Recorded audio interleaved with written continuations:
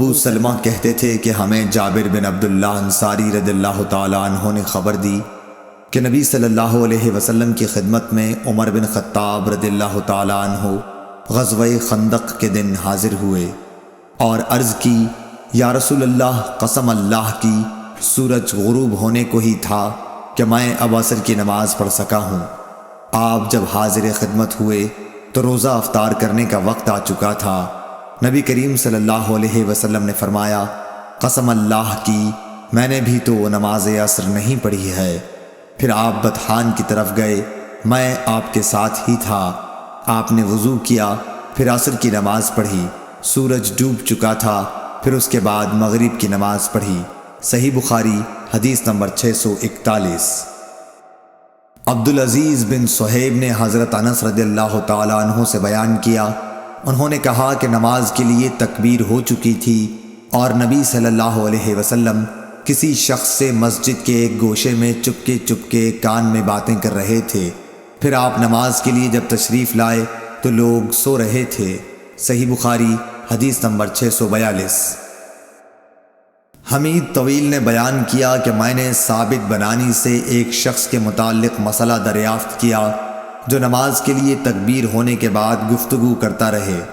اس پر انہوں نے انس بن مالک رضی اللہ تعالیٰ عنہ سے بیان کیا کہ انہوں نے فرمایا کہ تکبیر ہو چکی تھی، اتنے میں ایک شخص نبی کریم صلی اللہ علیہ وسلم سے راستے میں ملا اور آپ کو نماز کے لیے تکبیر کہی جانے کے بعد بھی روکے رکھا، اور آپ کو نماز کے لیے تکبیر کہی جانے کے بعد بھی روکے رکھا۔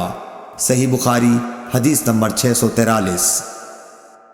حضرت ابو ہریرہ رضی اللہ تعالیٰ عنہ سے روایت ہے کہ رسول کریم صلی اللہ علیہ وسلم نے فرمایا، اس ذات کی قسم جس کے ہاتھ میں میری جان ہے، میں نے ارادہ کر لیا تھا کہ لکڑیوں کو جمع کرنے کا حکم دوں، پھر نماز کے لیے کہوں، اس کے لیے اذان دی جائے، پھر کسی شخص سے کہوں کہ وہ امامت کرے، اور میں ان لوگوں کی طرف جاؤں جو نماز باجماعت میں حاضر نہیں ہوتے، پھر انہیں ان کے گھروں سمیت جلا دوں۔ اس ذات کی قسم جس کے ہاتھ میں میری جان ہے، اگر یہ جماعت میں نہ شریک ہونے والے لوگ اتنی بات جان لیں کہ انہیں مسجد میں ایک اچھے قسم کی گوشت والی ہڈی مل جائے گی یا 2 عمدہ کھر ہی مل جائیں گے، تو یہ عشاء کی جماعت کے لیے مسجد میں ضرور حاضر ہو جائیں۔ صحیح بخاری حدیث نمبر 644۔ حضرت عبداللہ بن عمر رضی اللہ تعالیٰ عنہ سے روایت ہے کہ رسول اللہ صلی اللہ علیہ وسلم نے فرمایا کہ جماعت کے ساتھ نماز اکیلے نماز پڑھنے سے 27 درجہ زیادہ فضیلت رکھتی ہے۔ صحیح بخاری حدیث نمبر 645۔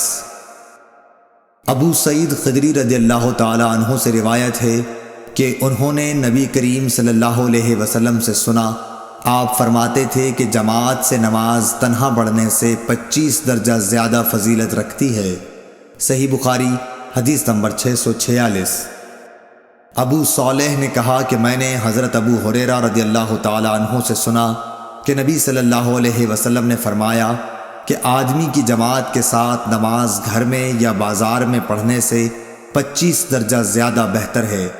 وجہ یہ ہے کہ جب ایک شخص وضو کرتا ہے اور اس کے تمام آداب کو ملحوظ رکھ کر اچھی طرح وضو کرتا ہے، پھر مسجد کا راستہ پکڑتا ہے اور سوائے نماز کے اور کوئی دوسرا ارادہ اس کا نہیں ہوتا، تو ہر قدم پر اس کا 1 درجہ بڑھتا ہے اور 1 گناہ معاف کیا جاتا ہے، اور جب نماز سے فارغ ہو جاتا ہے تو فرشتے اس وقت تک اس کے لیے برابر دعائیں کرتے رہتے ہیں جب تک وہ اپنے مصلی پر بیٹھا رہے، کہتے ہیں، اے اللہ اس پر اپنی رحمتیں نازل فرما، اے اللہ اس پر رحم کر، اور جب تک تم نماز کا انتظار کرتے رہو گویا تم نماز ہی میں مشغول ہو۔